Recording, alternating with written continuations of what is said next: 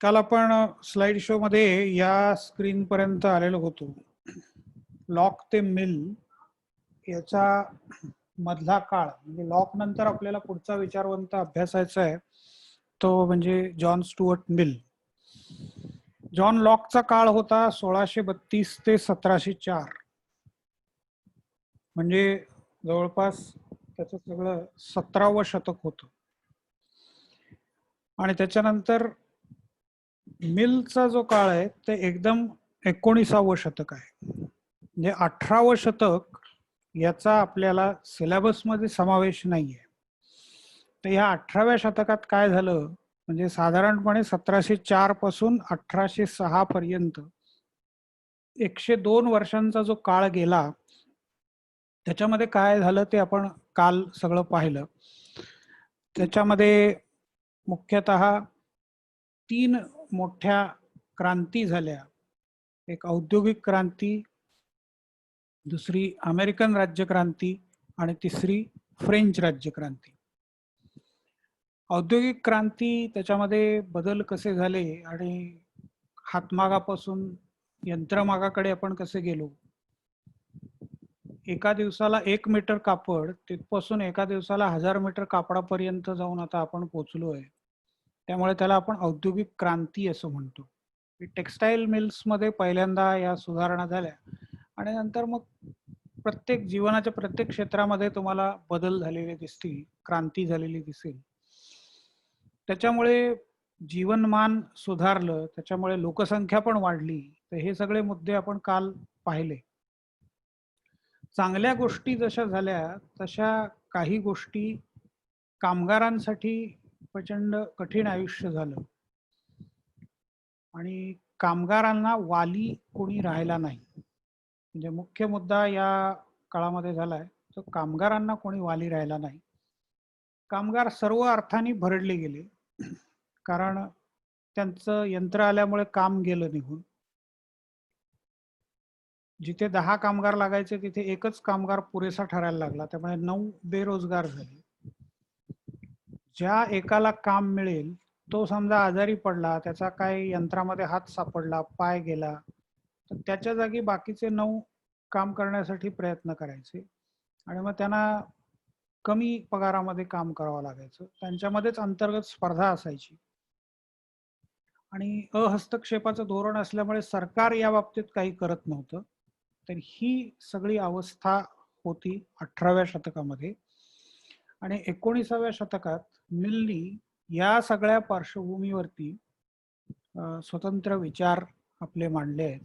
उदारमतवादाला थोडा कसा लगाम घातला पाहिजे, नफेबाजीला लगाम कसा घातला पाहिजे, हे मुख्यतः मिल मांडतो.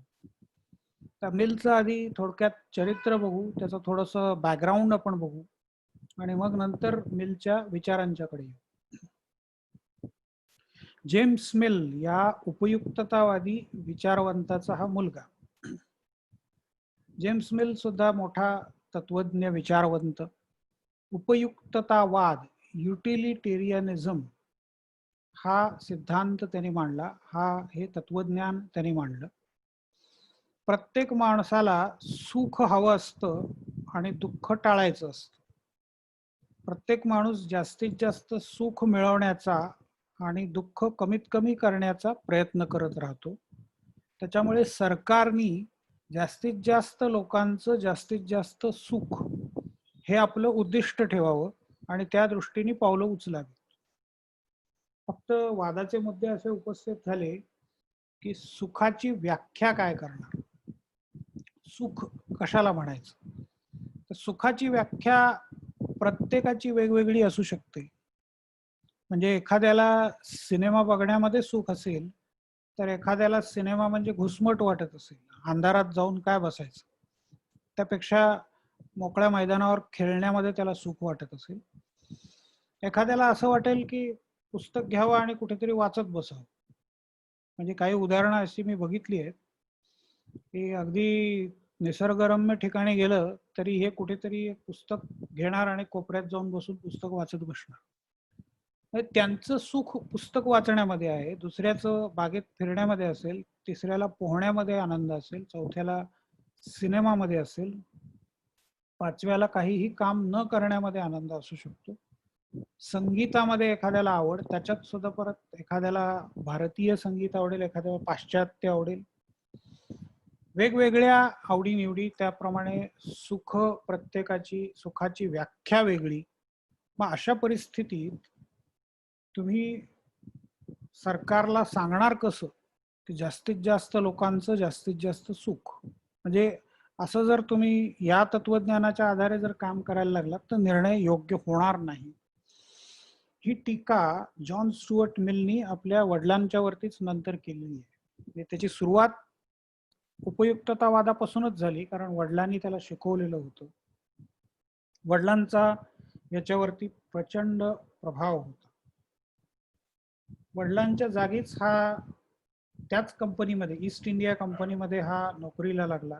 मग त्याच्या पुढे उत्तम प्रशासक झाला. ICS जी परीक्षा पद्धती, त्या परीक्षा पद्धतीची निर्मिती यांनी केली आहे. प्रशासक निवडायचे कसे, नोकर भरती करायची कशी, त्या संबंधीचे सगळे जी काही व्यवस्था आहे ती ईस्ट इंडिया कंपनीला यांनी करून दिली. आणि ती ईस्ट इंडिया कंपनीनी 1858 साली पहिल्यांदा भारतामध्ये ती व्यवस्था राबवून बघितली. ती यशस्वी झाली, चांगली माणसं त्यांना मिळायला लागली. जुने ICS अधिकारी हे अत्यंत कर्तबगार होते असं आपण कथा अनेक ऐकल्या असतील. तर ह्या ICS, इंडियन सिव्हिल सर्व्हिस, त्या परीक्षेची निर्मिती, त्या व्यवस्थेची निर्मिती जॉन स्टुअर्ट मिल मध्ये केली. उदारमतवादामध्ये त्यांनी सुधारणा सुचवल्या आणि तो एक राजकीय अर्थशास्त्रज्ञ होता, पॉलिटिकल इकॉनॉमिस्ट. पॉलिटिकल इकॉनॉमी हा एक वेगळा विषय आहे. राजकीय अर्थशास्त्र, अर्थशास्त्र कधीही त्याच्या नियमांप्रमाणे स्वतंत्रपणे चालू शकत नाही. अर्थशास्त्रावर राजकारणाचा प्रभाव पडतो, निश्चितपणे पडतो, आणि राजकारणाप्रमाणेच त्याचे निर्णय घेतले जातात. म्हणजे उदाहरणार्थ टॅक्स कमी करण्याचा किंवा टॅक्स लावण्याचा निर्णय असेल तर तो केवळ आर्थिक नियमांच्या आधारावरती घेतला जात नाही. कोणीतरी राजकारणी काहीतरी दबाव टाकतो आणि मग त्याप्रमाणे निर्णय घेतले जातात. बऱ्याच वेळेला अशा कथा ऐकू येतात की एखाद्या मोठ्या उद्योगाचे टॅक्सेस माफ केलेले आहे, किंवा दुसऱ्या एखाद्या उद्योजकाला टॅक्स भरलं नाही म्हणून अटक केली आणि ईडीची चौकशी चालू झाली. म्हणजे एकाचे टॅक्स माफ केले जातात, दुसऱ्याला टॅक्स भरला नाही म्हणून अटक केली जाते. आता हे केवळ अर्थकारण नाही आहे, तर याच्यामध्ये राजकारण आहे. तर अर्थव्यवस्था, वस्तूंच्या किमती, पेट्रोलची किंमत उत्तम उदाहरण आहे, किंवा डिझेलची किंमत, पेट्रोलपेक्षा डिझेल. आता हळूहळू ते सगळं फ्री व्हायला लागलेलं आहे, खुलं व्हायला लागलंय. त्यामुळे आता हा प्रश्न संपेल हळूहळू. पण जोपर्यंत अजून सरकारच्या हातात आहे तोपर्यंत सरकार पेट्रोल आणि डिझेलच्या किमतींचा वापर राजकारणासाठी निश्चितपणे करून घेणार.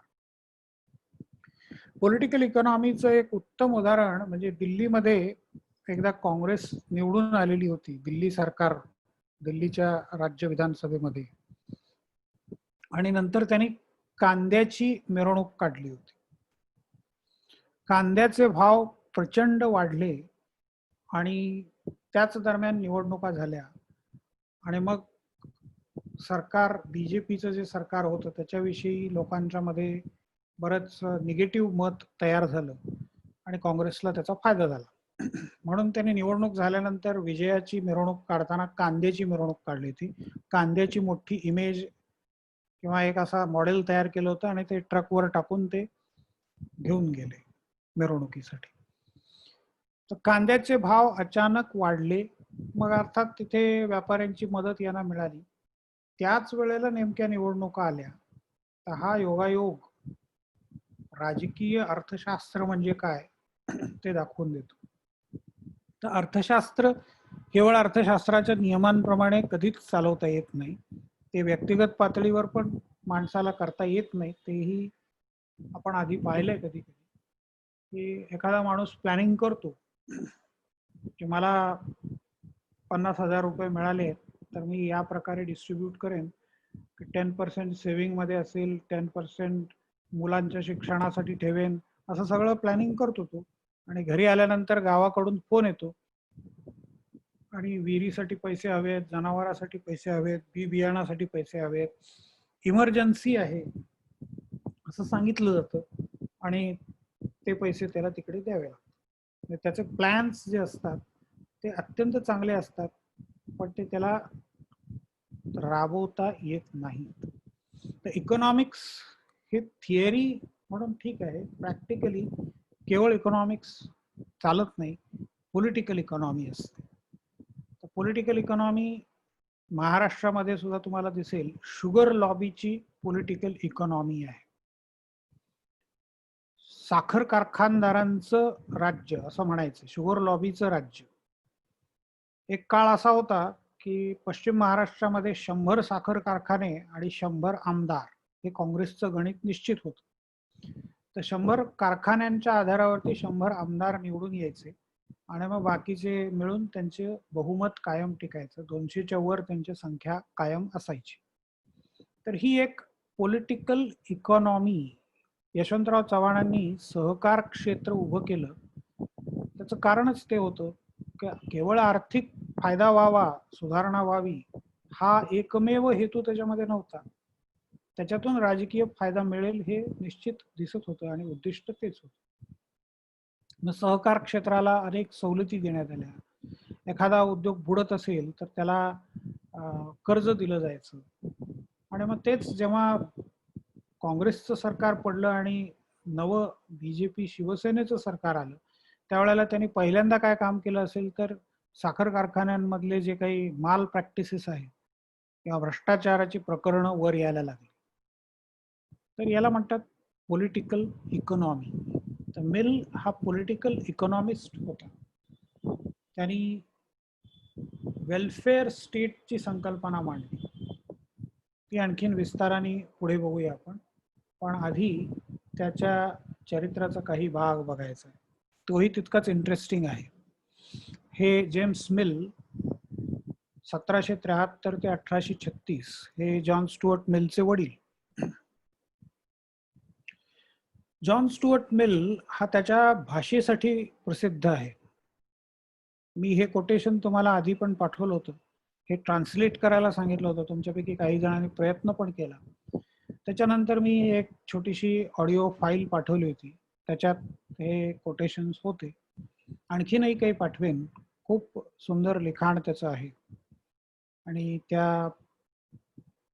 त्याची जी पुस्तकं होती ती त्यावेळेला म्हणजे 1970-1960च्या दशकामध्ये BA ला इंग्लिशची टेक्स्टबुक म्हणून लावलेली होती. तर हे त्याचं कोटेशन बघा, विद्यार्थ्यांशी संबंधित आहे म्हणून मुद्दाम घेतलंय. The pupil who is never required to do what he cannot do never does what he can do. साधे शब्द आहेत अगदी. एकही शब्द असा नाहीये की जो तुम्हाला समजणार नाही, पण वाक्य समजायला खूप वेळ लागेल. प्युपिल स्टुडंट, एखादा स्टुडंट आहे तर त्याला जर तुम्ही खुश ठेवण्याचा प्रयत्न केला, त्याला जे येत नाहीये ते त्याला करायला भाग पाडलं नाही, त्याला जे कठीण जाते तेच तू कर असं सांगितलं नाही, त्याला उलट सांगितलं की तो सोपं आहे तेवढं कर आणि सोडून दे. आपल्याकडे झालं होतं 9वी पर्यंत परीक्षा नाही, 8वी पर्यंत परीक्षा नाही, म्हणजे मुलांच्या डोक्याला त्रास नको.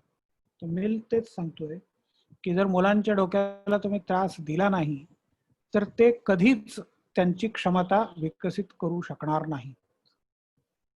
दुसरं एक कोटेशन त्याचं ते तर खूप गाजलेलं आहे. It is better to be a human being dissatisfied than a pig satisfied. Better to be Socrates dissatisfied than a fool satisfied. And if the fool or the pig is of a different opinion, it is only because they only know their own side of the question. म्हणजे अस्वस्थ माणूस असणं हे स्वस्थ जनावरापेक्षा केव्हाही चांगलं. Pig symbolically तो वापरतो. तुम्ही डुक्कर, म्हैस कुठलाही शब्द वापरू शकता त्याच्या जागी, म्हणून मी जनावर असा शब्द वापरतो. जनावर अस्वस्थ कधी नसतं, शांत असतं. ते त्याला फारसा विचार नसतो. त्याच्या खाण्यापिण्याचा आणि सुरक्षेची तरतूद झाली की ते शांत असतं. त्याला कसला विचार नसतो, कसली प्रगती करायची नसते. पण मिल असं म्हणतो की it is better to be a human being dissatisfied. अस्वस्थ असला, असंतुष्ट असला तरी माणूस असणं जनावरापेक्षा केव्हाही चांगलं. तसंच मूर्ख माणूस असण्यापेक्षा सॉक्रेटिस सारखा अस्वस्थ माणूस, अशांत माणूस, असंतुष्ट माणूस असणं केव्हाही चांगलं. संतुष्ट असून उपयोग नाहीये. संतुष्ट माणूस प्रगती करू शकत नाही. आणि मूर्ख माणसाला आणि डुकराला जर असं वाटत असेल की माझं म्हणणं बरोबर आहे, तर ठीक आहे, त्याच्या दृष्टीने बरोबर असेल, पण ते चुकीचं आहे. कारण त्याला त्याची एकच बाजू माहिती आहे, दुसरी बाजू त्याला माहित नाहीये. तर असे अनेक कोटेशन्स जॉन स्टुअर्ट मिल्सचे आहे. ती आपण वरचेवर चर्चा करत राहू. आता मिलचं चरित्र, मिलला लहानपणी खूप खडतर आयुष्य जगावं लागलं. वडील अत्यंत शिस्तबद्ध, आणि वडिलांनी त्याचं आयुष्य कसं असावं याच्याविषयीचा प्लॅन एक ठरवून ठेवलेला होता. म्हणजे त्याला 3ऱ्या वर्षी काय आलं पाहिजे, 5व्या वर्षी काय आलं पाहिजे, 10व्या वर्षी काय आलं पाहिजे, हे सगळं ठरलेलं होतं. त्याला एक्सरसाइजेस किंवा व्यायाम असा कधी काही झालाच नाही. I never was a boy, never played cricket. म्हणजे इंग्लंडमध्ये क्रिकेट हा प्रसिद्ध खेळ आहे, पण तो असं म्हणतो की मी कधीच लहान मूल म्हणून वागलोच नाही, जगलोच नाही. म्हणजे जो काही व्यायाम व्हायचा ते वडिलांच्या बरोबर फिरायला जाताना जेवढा व्हायचा तेवढाच व्यायाम व्हायचा. आणि फिरायला जाताना सुद्धा वडील त्याला लेक्चर द्यायचे, नवीन गोष्टी सांगायचे, आणि काल सांगितलेली गोष्ट कळली आहे की नाही ते तपासून बघायचे. म्हणजे त्याला फारसं स्वातंत्र्य असा काही प्रकार नव्हताच. आता ग्रीक आणि लॅटिन भाषा, आपल्याकडे जसं संस्कृतला महत्व आहे किंवा इस्लामिक वर्ल्डमध्ये जसं अरेबिक किंवा फारसी भाषेला महत्व असतं, तसं युरोपियनांच्याकडे ग्रीक आणि लॅटिन भाषांना महत्व आहे. प्राचीन संस्कृती किंवा धर्म याच्याशी संबंध असल्यामुळे त्या दोन्ही भाषांना महत्व आहे. तर ग्रीक आणि लॅटिन मधले ग्रंथ तसेच अभिजात ग्रंथ मानले जातात. तर हे ग्रंथ या माणसाने 8व्या वर्षी वाचून काढलेले होते मुळातून. त्याच्या पलीकडे त्याला बीजगणित, भूमिती, तर्कशास्त्र म्हणजे लॉजिक, तत्वज्ञान, फिलॉसॉफी, इतिहास, साहित्य, असा वेगवेगळ्या क्षेत्रामधला त्याचा दांडगा अभ्यास होता. 16व्या-17व्या वर्षी तो एका तत्वज्ञानाची चर्चा करणाऱ्या मंडळाचा अध्यक्ष होता. 16वं-17वं वर्ष म्हणजे आपल्याकडे मुलं 10वी-11वीत असतात, आणि त्यावेळेला त्यांना तत्वज्ञान वगैरे गोष्टी कदाचित ऐकल्या असतील तर लांबून ऐकलेलं असेल. या माणसाचा त्याचा अभ्यास होता तत्वज्ञानाचा. तो वाद घालू शकायचा, तो चर्चा करू शकायचा, किंवा चाललेल्या चर्चेचं नियंत्रण करू शकायचं. तर हे मिलचं बालपण होतं. मिलला 14व्या वर्षी फ्रान्सला जाण्याची एक संधी मिळाली. मग तिथे तो वडिलांच्या पासून थोडा दूर राहिला, आणि मग तिथे त्याला पहिल्यांदा स्वातंत्र्याचा अनुभव मिळाला. त्यामुळे स्वातंत्र्य हे त्याच्या आयुष्यभराचं एक ध्यास राहिलेला आहे.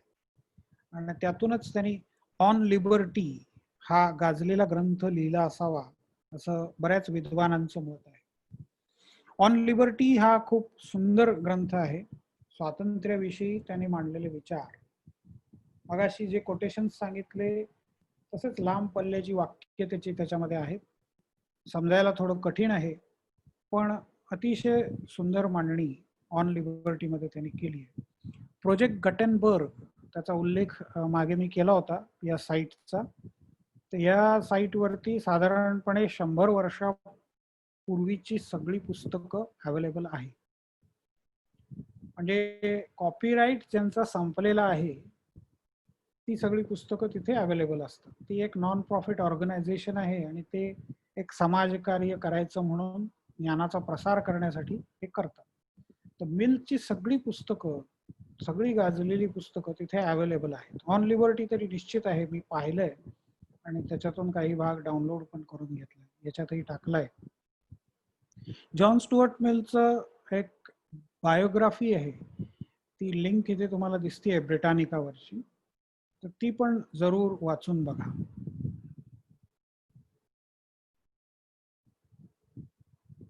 हॅरिएट टेलर या बाईंचं मिलच्या आयुष्यातलं स्थान हे खूप महत्वाचं होतं, खूप मोठं होतं. तर या हॅरिएट टेलर या पण फिलॉसॉफर होत्या आणि त्यांची मन जुळली आणि खूप उशिरा त्यांनी लग्न केलं. आणि मिल असं म्हणतो की या बाईमुळे मी जे काही उत्तम लिखाण केलं ते या बाईमुळे शक्य झालं. ऑन लिबर्टी हा ग्रंथ त्यांनी हॅरिएट टेलरला अर्पण केलेला आहे. त्याच्यात कौतुकाने भरलेली वाक्य आहे. तर त्यातला एक पॅराग्राफ फक्त मी इथे तुमच्या माहितीसाठी दिला आहे. डेडिकेशन करणं म्हणजे अर्पण करणं, पुस्तकं अर्पण करतात लोक. To the beloved and deplored memory of her who was the inspirer and in part the author of all that is best in my writings. म्हणजे जे काही चांगलं लिहिलं त्याचं सगळं श्रेय तिला आहे. एक मैत्रीण होती आणि बायको होती, friend and wife, whose exalted sense of truth and right was my strongest incitement. तुम्ही नंतर सावकाश वाचू शकता. बरंच कौतुकास्पद असं लिहिलंय त्यांनी. शेवटचं वाक्य बघा. I can write unprompted and unassisted by her all but unrivaled wisdom. म्हणजे तिची जी बुद्धिमत्ता, तिचं जे शहाणपण होतं, समज होती, त्याला मिलनी दाद दिलेली दिसते. मिल हा तसा म्हणजे बालपण जसं त्याचं विचित्र अनुभव त्याला आले, तसे नंतरच्या आयुष्यात सुद्धा बरेच अनुभव त्यांनी विचित्र घेतले. त्यांनी अनेक पुस्तकं लिहिली. त्याच्या लिखाणामुळे तो पॉप्युलर झाला आणि मग राजकीय पक्षांनी त्याला खासदारकीची निवडणूक लढवा असं सांगितलं. त्यांनी लढवली. तो खासदार म्हणून पहिल्या वेळेला निवडून पण आला इंग्लंडमध्ये, लंडनमध्ये. पण त्याचं लक्ष आंतरराष्ट्रीय राजकारण, तत्वज्ञान या सगळ्या गोष्टींकडे होतं. लोकांना त्याच्याशी काही देणं घेणं नसतं. तुम्ही खासदार म्हणून निवडून आला तर तुमच्या मतदारसंघातले लोक तुम्हाला तुमच्याकडे तक्रारी घेऊन येणार, रस्त्यांची कामं, वस्तूंच्या किमती, वीज बिल असली सगळी कामं घेऊन तुमच्याकडे लोक येणार. शाळांमधल्या ऍडमिशन्स असतील, शाळेचं व्यवस्थापन असेल. मिलला या सगळ्या स्थानिक बाबींमध्ये काही रस नव्हता. त्यांनी त्याच्याकडे लक्ष दिलं नाही. त्याच्यामुळे त्याची लोकप्रियता कमी होत गेली आणि पुढच्या वेळेला जेव्हा तो निवडणुकीला उभा राहिला त्यावेळेला तो पराभूत झाला. नंतर मात्र त्याने परत कधी राजकारणात जायचा प्रयत्न केला नाही आणि तो आपल्या आपल्या विश्वामध्ये रमला. मुख्यतः तत्वज्ञ होता, लेखक होता, अत्यंत भाषेवरती चांगली कमांड होती. तर ऑन लिबर्टी विषयी तर आपण बरेच बोललो. ऑटोबायोग्राफीमध्ये आता हा जो खासदारकीचा अनुभव सांगितला त्या प्रकारचे अनुभव त्यांनी सांगितले. हॅरिएट टेलर या बाईंशी संपर्कात आल्यामुळे त्यांची स्त्रियांविषयीची मतं पूर्णपणे बदलली किंवा पूर्णपणे घडली. आणि मग सिमॉन दे बुहा ही स्त्रीवादी विचारवंत, अगदी तिच्या टोकापर्यंत नाही पण स्त्रियांचं दास्यत्व, सब्जेक्शन ऑफ वुमन, स्त्रियांची गुलामगिरी म्हणा किंवा स्त्रियांना मिळणारं दुय्यम स्थान, याच्याविषयीचं दुःख त्यांनी त्या पुस्तकामध्ये व्यक्त केलं. तर युटिलिटेरियनिझम त्याच्याबद्दलचे विचार पण आपण पाहिले मिलचे, की त्याच्यामध्ये उपयुक्ततावादावरती त्यांनी टीका कशी केली आहे. उपयुक्ततावाद हा याला काही मर्यादा कशा आहेत ते त्यांनी समजावून सांगितलं. लिबर्टी विषयी त्याचे काही विचार होते, ठामपणे त्यांनी मांडले. व्याख्या त्यांनी एक दिलेली होती. What is liberty? Liberty is absence of restraints, असं तो म्हणायचा. बंधनांचा अभाव. स्वातंत्र्य म्हणजे काय? तर बंधनांचा अभाव. आता पुढे तत्वज्ञांनी किंवा विचारवंतांनी त्याच्या ह्या व्याख्येची चिरफाड केली आहे, त्याच्यावरती टीका केली. त्यांच्या म्हणण्याप्रमाणे ही निगेटिव्ह डेफिनेशन झाली. लिबर्टी म्हणजे काय, स्वातंत्र्य म्हणजे काय हे तो सांगत नाही, तर स्वातंत्र्य म्हणजे काय नाही ते तो सांगतो. म्हणजे एखादा पिवळ्या रंगाचा शर्ट घालून आला तर त्याला तुम्ही असं म्हणाल की त्याचा शर्ट काळ्या रंगाचा नाही. काळ्या रंगाचा नाही म्हणजे पिवळ्या रंगाचा आहे असं होत नाही. तो हिरवा, निळा, पांढरा कसाही असू शकतो. डेफिनेशन पॉझिटिव्ह असली पाहिजे, हे बेसिक लॉजिक सुद्धा लक्षात आलेलं नाही, अशी टीका त्याच्यावरती झाली. अर्थात नंतर लिबर्टीच्या आणखीन बऱ्याच डेफिनेशन्स आणि बरीच चर्चा झालेली आहे. हॅना अरंट नावाच्या विचारवंत आहे, त्यांनी पण लिबर्टी विषयी बरंच लिहिलेलं आहे. स्वातंत्र्य ही तशी महत्वाची गोष्ट आहे, खूप मोठी गोष्ट आहे. तर यांनी पण बराच विचार आणखीन त्याच्यावरती केला. विचारांचं स्वातंत्र्य आणि कृतीचं स्वातंत्र्य हे संपूर्ण स्वातंत्र्य असावं, हे पहिल्यांदा तो म्हणतो. त्याच्यानंतर मग कृतींच्या स्वातंत्र्यावरती काही बंधनं असावीत. आता कृतीचं स्वातंत्र्य म्हणजे तुम्ही एखादी कृती करणार, तुम्ही एखादी गोष्ट करणार, तर तुम्हाला आनंद आहे म्हणून तुम्ही करणार, पण त्याचा परिणाम दुसऱ्यावरती वाईट होत असेल तर ती तुम्हाला करता येणार नाही किंवा तुम्ही करू नये. म्हणजे उदाहरणार्थ तुम्हाला रात्री 2 वाजेपर्यंत नाचायचंय लाऊडस्पीकर लावून, तुम्हाला त्याच्यामध्ये आनंद आहे, तुम्हाला ते स्वातंत्र्य हवंय, पण त्या स्वातंत्र्याचा आजूबाजूच्या 10 घरातल्या लोकांच्या वरती वाईट परिणाम होणार आहे. त्यांचं झोपण्याचं, शांतपणे झोपण्याचं स्वातंत्र्य तुम्ही हिरावून घेणार आहात. म्हणजे तुमच्या कृतीमुळे तुम्हाला स्वातंत्र्य मिळालं, पण बाकीच्यांचं स्वातंत्र्य तुम्ही हिरावून घेता. म्हणून मिलनी मग नंतर पुढे सुधारणा केली, कृतीचं स्वातंत्र्य असता कामा नये. मग त्याच्यामध्ये सुद्धा मग चांगली कृती, वाईट कृती असा फरक तो करतो. पण कोणती कृती चांगली आणि कोणती वाईट हे पण ठरवणं मुश्किलच आहे. म्हणजे सिगरेट ओढणं हे चांगलं की वाईट? सिगरेट ओढणं साधारणपणे हानिकारक वगैरे तुम्ही ऐकता. एखादा मोठा नट म्हणेल की कायद्याने बंधनकारक नाहीये, कायद्याने बंधन नाहीये न ओढण्याचं, त्यामुळे मी सिगरेट ओढणार. त्यांनी ती कृती केली, त्याचा परिणाम बाकीच्या लाख लोकांवरती होतो. म्हणजे त्याचं स्वातंत्र्य त्याने उपभोगलं, पण सिगरेट ओढायची, मग अमिताभ बच्चन सिगरेट ओढत असेल, एका स्टाईलमध्ये सिगरेट ओढत असेल, तर ते बघून आणखीन लाख लोक सिगरेट घेतात आणि तशीच स्टाईलची कॉपी करण्याचा प्रयत्न करतात. त्याच्यामुळे व्यसनांचा प्रसार होतो. म्हणजे जाहिरातींसाठी बऱ्याच वेळेला मोठे नेते किंवा खेळाडू किंवा नट यांना वापरतात. त्याचं कारण ते आहे की लोक अनुकरण करतात. त्यामुळे मोठ्या लोकांना नेहमी कुठलीही कृती करताना अतिशय काळजीपूर्वक निर्णय घ्यावे लागतात. त्यामुळे मिलच्या ज्या काही व्याख्या आहेत त्या थोड्याशा खोलात गेल्या की त्याच्यातले दोष किंवा त्याच्यातल्या मर्यादा बऱ्याच स्पष्ट होत जातात. त्याचं धर्मासंबंधीचे विचार तर हॉब्स किंवा मॅकिवेली किंवा लॉक यांच्यासारखेच धर्मासंबंधी, देवासंबंधी त्याचे विचार हे सेक्युलर किंवा धर्मनिरपेक्षतावादी तो आहे.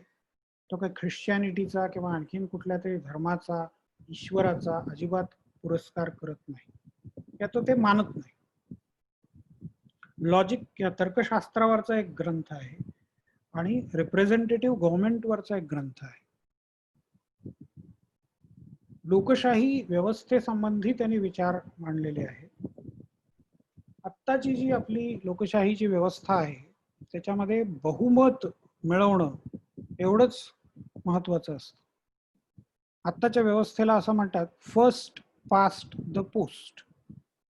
म्हणजे रनिंग रेसमध्ये, ॲथलेटिक्समध्ये पळण्याची स्पर्धा आहे, 100 मीटर असेल, 400 मीटर असेल, पहिल्यांदा जो ती लास्ट जो बार असेल तो पार करेल किंवा टच करेल तो जिंकला.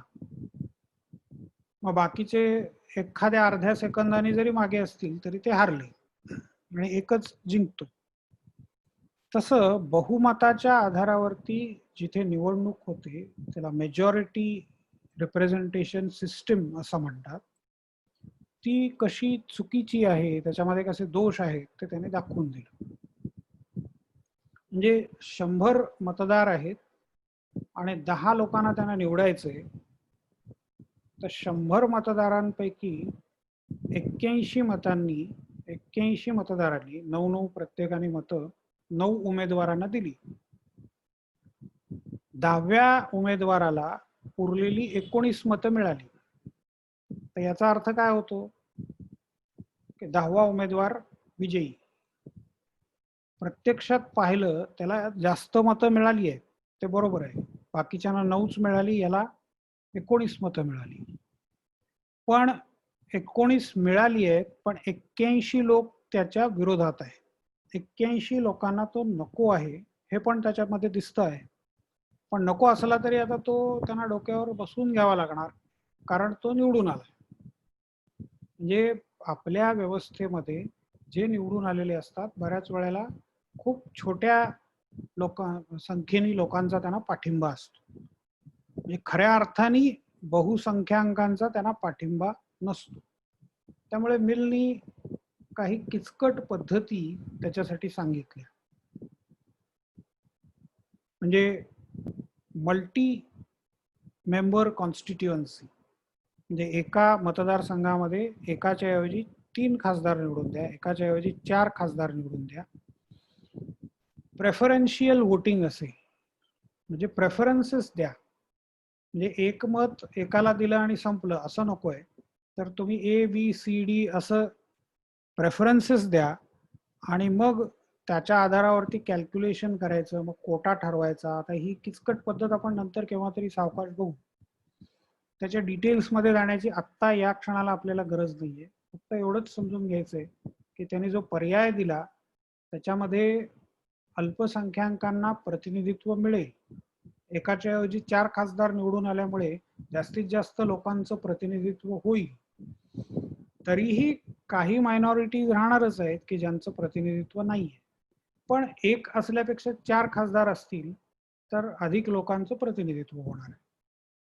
पण ते इंग्लंड सारख्या छोट्या देशांमध्ये शक्य आहे. तिथे सुशिक्षित माणसं जास्त आहे, जिथे राजकीय जाणीव जास्त आहे, अशा ठिकाणी ते शक्य आहे. भारतामध्ये ही व्यवस्था लागू करण्याचा प्रयत्न केला तर केवढा गोंधळ उडेल ते पहा. प्रेफरन्स, तुम्ही हाऊसिंग सोसायटीच्या निवडणुकांमध्ये भाग घेतला असेल तर तिथे तुम्हाला ते बॅलेट पेपरवरती ABCD असा प्रेफरन्स द्यावा लागतो. ते बघितलं असेल तर तुमच्या हाऊसिंग सोसायटीमध्ये चौकशी करा, तुम्हाला ती पद्धत कळेल. हीच पद्धत जर लोकसभा किंवा विधानसभेच्या निवडणुकीला लागू केली तर किती गोंधळ होईल ते पहा. हाऊसिंग सोसायटीचे निकाल 30-40 मतदार असतात तरी लागायला 3-4 तास लागतात. लाखो कोट्यावधी मतदार जिथे आहेत तिथे हे कॅल्क्युलेशन करणं आणि प्रत्येक मतदारांनी प्रेफरन्स देत बसणं हे किती कठीण आहे ते तुमच्या लक्षात येईल. त्यामुळे मिलच्या व्यवस्था आपल्याकडे लागू केलेल्या आहेत, पण लोकसभा, राज्यसभा त्यांचे जे पदाधिकारी निवडतात, लोकसभेचा अध्यक्ष वगैरे, तिथे किंवा मग पब्लिक अकाउंट्स कमिटी आहे, तर ती छोटी कमिटी आहे, तिथले मेंबर्स किंवा तिथला अध्यक्ष निवडताना ही पद्धत वापरली जाते. छोट्या प्रमाणात जिथे राजकीय जाणीव असलेले लोक आहेत तिथे सगळं ठीक आहे. पण भारतासारख्या किंवा अमेरिकेसारख्या, ब्राझील सारख्या, चीन सारख्या मोठ्या देशांमध्ये ह्या पद्धती लागू करता येणार नाहीत.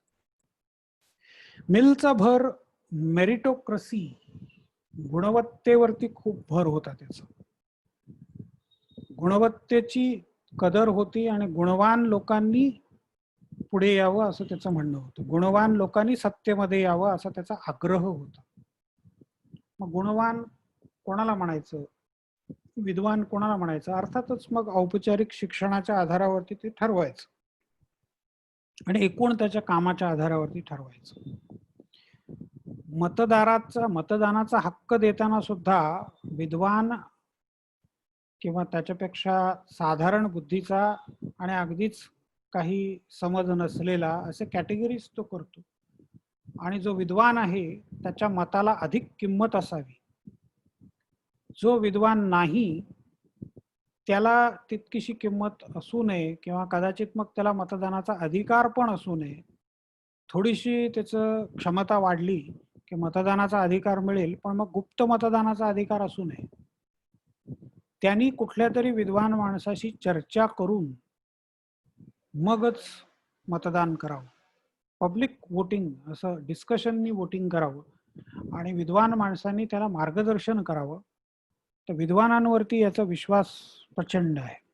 मेरिटोक्रसी आपण म्हणतो. तर मिलचे आणखीनही काही विचार आपल्याला पाहायचे आहेत. अगदी थोडक्यात सांगायचं झालं तर उदारमतवाद आणि समाजवाद यांचा सुवर्ण मध्य साधण्याचा प्रयत्न, म्हणजे टोकाचा उदारमतवाद त्याला नको आहे, उदारमतवाद नष्ट करायचा असं तो म्हणत नाहीये. आणि मार्क्सचा तो समकालीन आहे. तर मार्क्स तिकडे कामगार क्रांतीची भाषा वापरत होता, तर मिलला ती भाषा अजिबात रुचत नाहीये. त्याला भांडवलदारांचंच राज्य हवंय, भांडवलशाहीच हवी आहे. पण त्याच्या मतानुसार भांडवलदारांनी कामगारांकडे थोडंसं व्यावहारिक दृष्टिकोनातून बघावं. जर कामगारांचा छळ अशा प्रकारे चालू ठेवला तर एक काळ असा येईल की कामाला माणसंच शिल्लक उरणार नाही. त्यामुळे कामगारांचा विचार करा आणि कामगारांसाठी कायदे करा. राज्यांनी लक्ष घातलं पाहिजे, राज्यांनी हस्तक्षेप केला पाहिजे. पॉलिसी ऑफ नॉन इंटरफिअरन्स, अहस्तक्षेपाचं धोरण किंवा लेझे फेअर धोरण एका मुद्द्यापर्यंत ठीक आहे, परंतु त्याच्यानंतर सरकारने हस्तक्षेप केला पाहिजे. कामगारांच्या कल्याणाचे, कामगारांच्या हिताचे कायदे केले पाहिजेत. त्यांच्या कामाचे तास निश्चित करणं, त्यांना आठवड्यातून एक सुट्टी सक्तीची देणं, वर्षभरातून काही रजा देणं, मेडिकल रजा ज्याला म्हणतो आपण, आजारपणाच्या रजा, त्या त्यांना उपलब्ध करून देणं, विम्याचं संरक्षण त्यांना देणं, स्वस्त दरामध्ये कर्ज देणं. तर ही सगळी कल्याणकारी तत्व सरकारने पाळावीत. भांडवलदारांनी पण त्याच्याकडे लक्ष द्यावं, नफेबाजीवर नियंत्रण ठेवावं, हे मिलचं सांगणं होतं. भारतामध्ये जे सगळं पुढे वेलफेअर स्टेट आलेलं आहे, आपल्याकडे पण 50, 60, 70च्या दशकातली जी पिढी आहे शिकून जी पुढे आली स्वातंत्र्यानंतर, ती सगळ्या प्रकारच्या स्कॉलरशिप्स आणि फ्रीशिप्स याच्या आधारावरती पुढे आलेली दिसते. अजूनही बऱ्यापैकी स्कॉलरशिप्स आणि फ्रीशिप्स चालू आहे, पण आता हळूहळू त्या कमी करताय. सरकार शिक्षणावरचा खर्च कमी करतोय.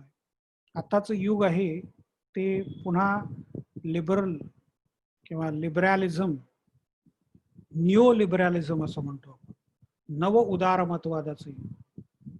तर लॉकचा उदारमतवाद होता तो अभिजात उदारमतवाद, पहिल्यांदा मांडलेला क्लासिकल लिबरॅलिझम. मिलचा जो उदारमतवाद आहे त्याला मॉडर्न लिबरॅलिझम असं म्हणतात, आधुनिक उदारमतवाद. आणि मिलच्या नंतर पुन्हा उदारमतवादाने डोकं वर काढलं, त्यामुळे त्याला निओ क्लासिकल लिबरॅलिझम किंवा न्यू लिबरॅलिझम, नव उदारमतवाद असं म्हटलं जातं.